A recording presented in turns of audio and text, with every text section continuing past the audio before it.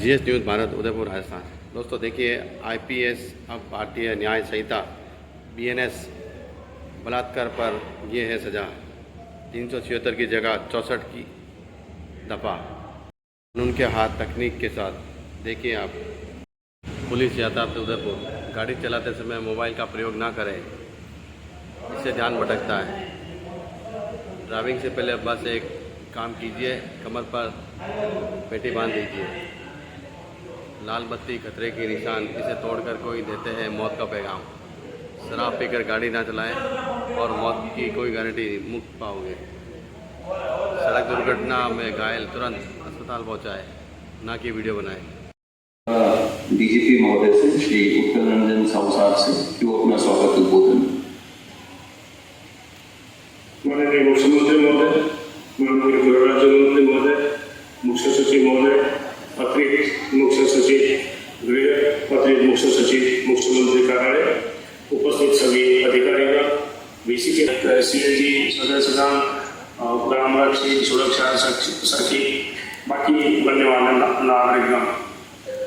भारतीय संसद द्वारा बनाए गए तीनों नए क्रिमिनल लॉ, भारतीय न्याय संहिता, भारतीय साक्ष्य अधिनियम एवं भारतीय नागरिक सुरक्षा संहिता आज पूरे देश से लागू हो रहा है। ये तीनों कानून तीन पुराने कानूनों के एवज में बनाए गए हैं, जो बहुत पुराना 1860 में बनी भारतीय दंड संहिता, 1973 में संशोधित हुई दंड प्रक्रिया संहिता एवं 1872 में बनी एविडेंस एक्ट को रिप्लेस करने और विचारण प्रक्रिया में इलेक्ट्रॉनिक माध्यम जैसे नए प्रावधान को सम्मिलित किए गए हैं, जो सुगम अनुसंधान एवं सुलभ न्याय की दिशा में बेहतर साबित होगा। राजस्थान पुलिस द्वारा इन कानून को लागू करने के लिए भारत सरकार और राज्य सरकार के मार्गदर्शन मुझे जानकारी साझा करते हुए खुशी है। आज इस डीसी के माध्यम से पुलिस मुख्यालय से लेकर पुलिस रेंज, पुलिस जिला, चौकी एवं विभिन्न कार्यालय में हमारे पुलिस जवान एवं पुलिस मित्र, सुरक्षा सखी अलग से नवीन अपराधी कानून के बारे में भी जानकारी प्रदान की जाएगी और हमारे लोगों को प्रशिक्षित किया जाएगा। मैं माननीय मुख्यमंत्री महोदय का आभार करता हूँ कि प्रदेश में कानून का शासन स्थापित करने और बेहतर पुलिसिंग के लिए राजस्थान पुलिस को आवश्यक संसाधन, प्रशिक्षण और बेहतर बुनियादी ढांचा प्रदान करने में राज्य सरकार से हम मुख्यमंत्री महोदय का आश्वस्त करना चाहूँगा कि प्रदेश का पुलिस बल आपके नेतृत्व और मार्गदर्शन में अपने गौरवशाली परंपराओं पर निर्भर करते हुए नवीन आपराधिक कानून के परिदृश्य में आधुनिकतम तकनीक और विधि विज्ञान का संस्कृत। गृह राज्य मंत्री जी, मुख्य सचिव महोदय, अतिरिक्त मुख्य सचिव मुख्यमंत्री श्री शेखर जी, डीजीपी साहब श्री आलोक गुप्ता जी, प्रमुख सचिव मुख्यमंत्री जी, उपस्थित सभी सीनियर अधिकारीगण और वीसी के माध्यम से जुड़े हुए, जिलों से जुड़े हुए सभी पुलिस के अधिकारी, अन्य अधिकारी, इस संबंध में तीनों विधियों तथा भारतीय न्याय संहिता 2023, भारतीय साक्ष्य अधिनियम 2023 एवं भारतीय नागरिक सुरक्षा संहिता 2023 आज दिनांक 1 जुलाई से प्रभावी हो रही हैं। इन विधियों के प्रभावी रूप से लागू किए जाने के संबंध में राज्य स्तर पर राज्य स्तरीय संचालन समिति, जो कि मुख्य सचिव महोदय की अध्यक्षता में थी, इसकी समय समय पर बैठकें हुई हैं। जिलों के अंदर भी इसी तरह से डिस्ट्रिक्ट लेवल स्टीयरिंग कमेटी का गठन किया गया। इन समितियों की बैठकों का आयोजन समय समय पर किया गया। इस वजह से विधियों को प्रभावी रूप से लागू किए जाने में आने वाली व्यवहारिक कठिनाई को दूर किए जाने के संबंध में प्रयास किए गए। इन विधियों को प्रभावी ढंग से लागू किए जाने के संबंध में पुलिस विभाग, अभियोजन, राज्य विधि विज्ञान प्रयोगशाला व जेल विभाग के सभी अधिकारियों कार्मिकों को प्रशिक्षण प्रदान किया गया एवं संबंधित अधिकारियों और कार्मिकों को नवीन विधियों की पुस्तकें भी उपलब्ध करवाई गई। भारतीय न्याय सुरक्षा संहिता 2023 में प्रावधान है कि ऐसे जिला कलेक्टर कार्यालयों में संगोष्ठियां भी आयोजित की गई एवं अभियोजन विभाग कार्यालयों में पोस्टर चस्पा किए गए।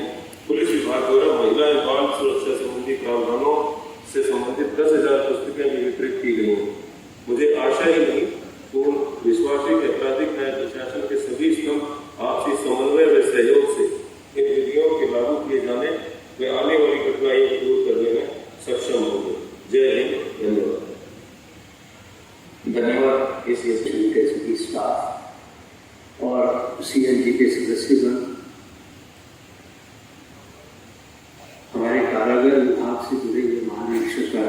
जेल अधिकारी व अन्य आमंत्रित कर प्रोसिक्यूशन से जुड़े हुए डायरेक्टर प्रोसिक्यूशन विंग के समस्त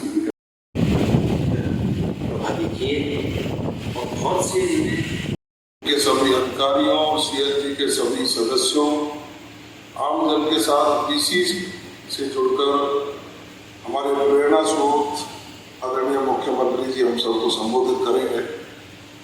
श्रद्धेय मुख्यमंत्री जी, मुख्य सचिव साहब सुधांशु पंत जी, एसीएस रोम आनंद जी, के रूप में स्वयंसेवी संस्थाओं के लोग और सभी राजस्थान के जोड़ रहे हमारे आमजन के बंधुओं बहनों भाइयों, आप सब लोगों से बहुत बहुत बधाई कि भारत सरकार ने 50-51 साल बाद जब हमारे विचार की सरकार देश में बनी और उन्होंने आमजन की पीड़ा का सोचा, उसको समझकर 150 वर्ष पुराने कानूनों में तब्दीली करके न्याय के सिद्धांत पर प्रतिपादित करने का जो 1860 की हो, 1872 की हो, उनमें ब्रिटिश मानसिकता थी। उसके आधार पर बनाए गए कानून भारतीय लोगों पर प्रतिपादित किए जाते थे एक तरीके की खामियां हों। और जैसा अभी मुख्य सचिव महोदय कह रहे थे, वो दंड प्रक्रिया संहिता दंड संहिता इस नाम से उनको विकसित किया गया था। अब केंद्र सरकार ने उनको न्याय के सिद्धांत पर बना करके लागू करने का जो निर्णय लिया है, उसकी ढेर सारी आप सबको बधाई और शुभकामनाएं। हमारी राजस्थान की सरकार जीरो टॉलरेंस पर काम करने वाली सरकार है। माननीय मुख्यमंत्री जी के निर्देशन में अपराध पुराने पिछले में जो कानून बने थे, उस समय की अपराध की प्रकृतियां अलग, अपराध करने के तरीके, अपराधियों के अपराध करने के तरीके बदले।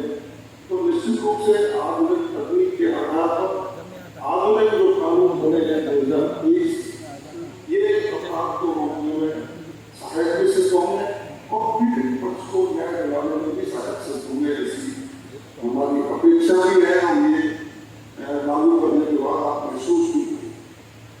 नवीन विधियों में एक तो प्रावधान रखा है, हमारी महिलाओं को भी मैं बधाई देना चाहूँगा कि कई बार पीड़ित महिलाएं थाने में जाती थी और थाना अधिकारी या कोई भी व्यक्ति पुरुष होता, तो भारतीय समाज में जैसी व्यवस्थाएं वो अपनी पीड़ा के बारे में बताने में संकोच करती, लेकिन इन विधियों में प्रावधान किया गया है कि महिला जो पीड़ित है तो उनकी एफआईआर भी महिला अधिकारी ही करे, जो आपके लिए बहुत अच्छा होगा और एक उनकी बात आपस में सामंजस्य पूर्वक उनकी सुन भी पाएंगे, उनका समाधान भी समय पर हो पाएगा। मैं आपको इसकी बहुत बहुत बधाई देना चाहता हूँ कि आपने स्वच्छंद रूप से अपनी बात आप कह पाएंगे। नई विधियों में प्रावधान भी किया गया है कि पुरानी विधियों में जो प्रावधान थे, अनुसंधान अधिकारी की लंबी प्रक्रिया में अनुसंधान करते रहते थे, जब अशोक मथुरा गेट के निरीक्षण पर पहुंचा था, अचानक पहुंचा दिन से मैंने वहां पाया 17 साल पुराना मुकदमा भी 168 का मृत्यु भारी संख्या में देखने को मिला। कई मेरी जिलों में बात हुई, वहां भी 20 साल पुरानी 168 मुकदमे अनुसंधान में लापरवाही को कहते हैं ना, जस्टिस से डिले जस्टिस डिनाई। तो न्याय देरी से मिलता है, तो ये समझिए न्याय करने की मंशा नहीं।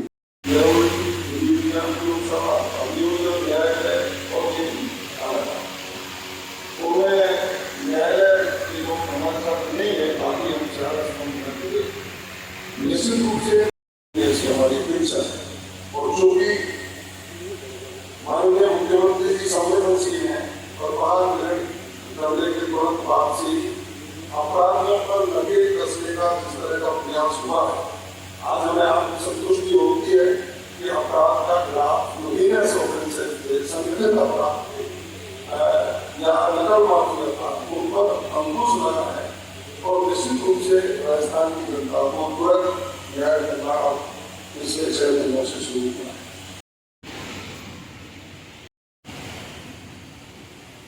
बीसी के माध्यम से जिलों से जुड़े सभी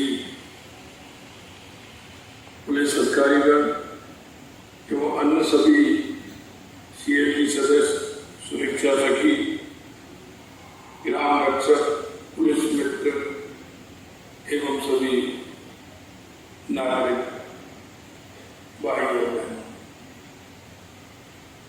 आज ऐसे जो कानून थे तो आज के परिदृश्य में उनका कोई ज्यादा महत्व नहीं था। पुराने इसे थे कि जो उस समय के राज के हिसाब से बने थे, प्रजा और उनके बीच सिर्फ प्रजा के लिए जो कानून, मैं अत्यंत हर्ष का विषय है कि आज देश के यशस्वी प्रधानमंत्री नरेंद्र मोदी जी के नेतृत्व में आदरणीय गृह मंत्री श्री अमित शाह जी के कॉलोनियल मानसिकता के प्रति आज के समय में अनुपयोगी जो हो चुके पुराने आपराधिक कानूनों को हटाकर उनके स्थान पर नवीन आपराधिक नीति 2023 को संसद में पारित करवाया है। ये तीनों ने कानून राजस्थान में भी आज 1 जुलाई से लागू हो रहे हैं। इन कानूनों में 1860 में बनी भारतीय दंड संहिता की जगह भारतीय न्याय संहिता लागू की गई है। यही नहीं, 1898 में भी बनी और 1973 में संशोधन हुई दंड प्रक्रिया संहिता के स्थान पर भारतीय नागरिक सुरक्षा संहिता लागू की गई। 1873 में बने एविडेंस एक्ट की जगह भारतीय साक्ष्य अधिनियम लागू कर इन कानूनों में भारतीयता की आत्मा को स्थापित किया गया है। यही नहीं,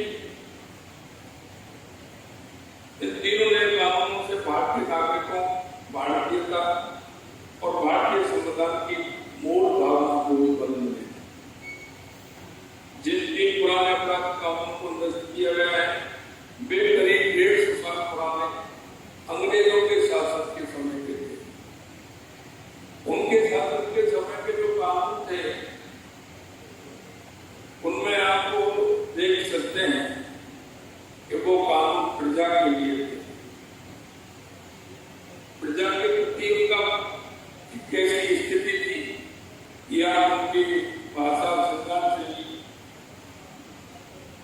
अनुभव कर सकते हैं। पुराने कानून अंग्रेजों के शासन के समय के कानून थे, वे ये कानून थे जिन्हें विदेशी शासक ने अपना शासन बनाए रखने के लिए बनाया। गुलाम प्रजा को प्रशासन के लिए, शासन के लिए करने के लिए बनाया। वो कोई न्याय देने के लिए नहीं थे, वो सिर्फ शासन करने के लिए बनाया गया।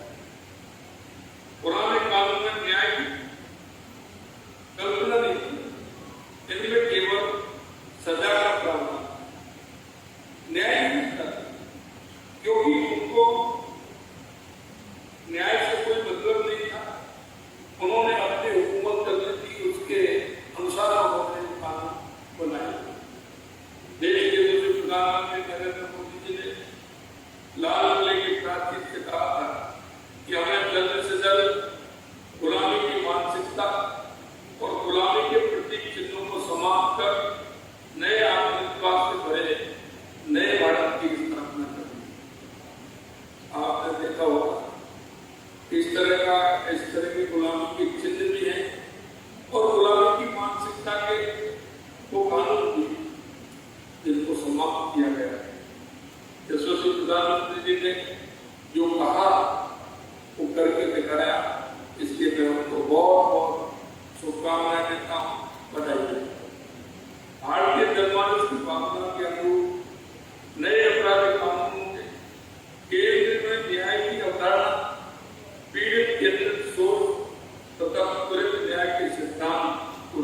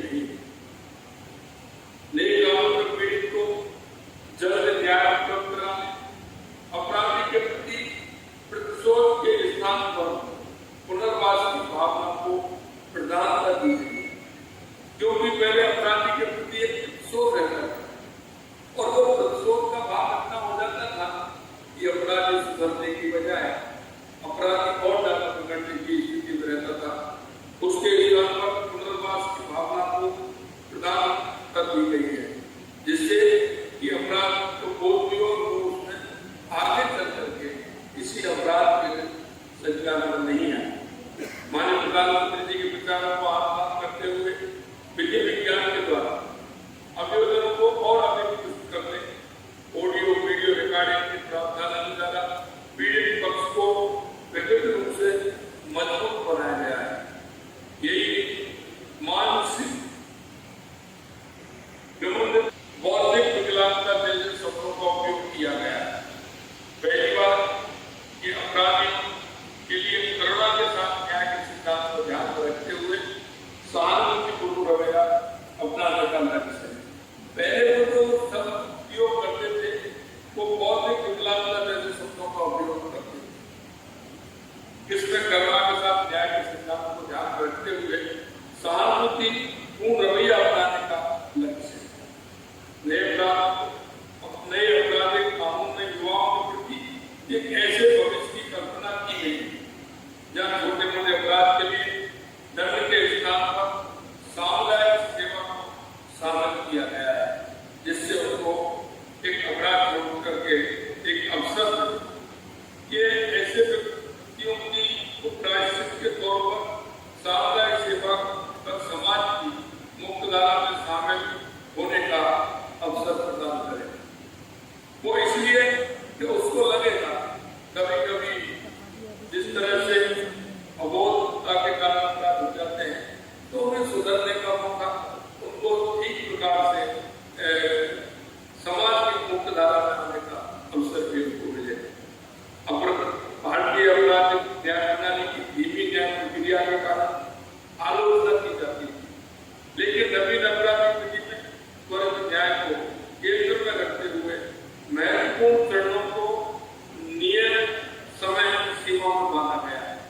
ये सबसे बड़ी बात है, क्योंकि समय पर अगर न्याय नहीं मिलता है तो अपराधी के मन में अपराध बोध तो होता है, लेकिन उसको जो न्याय पाने वाला है उसके मन में भी कई तरह की शंकाएं आने लगती है।